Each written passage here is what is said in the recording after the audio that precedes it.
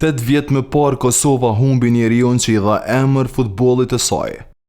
Me 9 qershor 2018 u ndon nga jeta Fadil Vohri, ikona që në vitet 80 e barti me krenari fanellën me numrin 9. Kjo datë duket se vullosi përgjithmonë lidhje mes lojtarit dhe numrit të tij të zemrës në fanellë. Ministri i Sportit Blerim Gashani e cilësoi Vohrin si një nga personalitetet më të rëndësishme në historinë e sportit dhe shtetndërtimit të Kosovës. Në omazhe ishte edhe kryetari i Federatës së Futbollit të Kosovës, Agim Ademi, i cili shkroi në rrjetin social Facebook se data 9 qershor kujton përgjegjësinë për të ruajtur dhe vazhduar rrugën që ai e ndërtoi, ndërsa fjalë të mëdha tha edhe trajneri Tahir Batatina, i cili e theksoi se nuk duhet të harrohen legjendat si Vohri.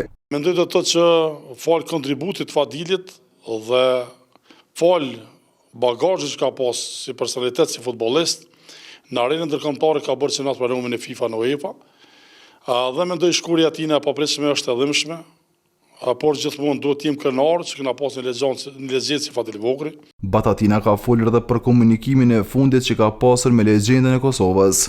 Komunikimin e fundit që kam pasur me Fadil Vohrin, mund të them ishim në Federatën e Futbollit të Kosovës dhe më tha Batatin, jem duke shkuar për kishte ato ku do të humbi jetën.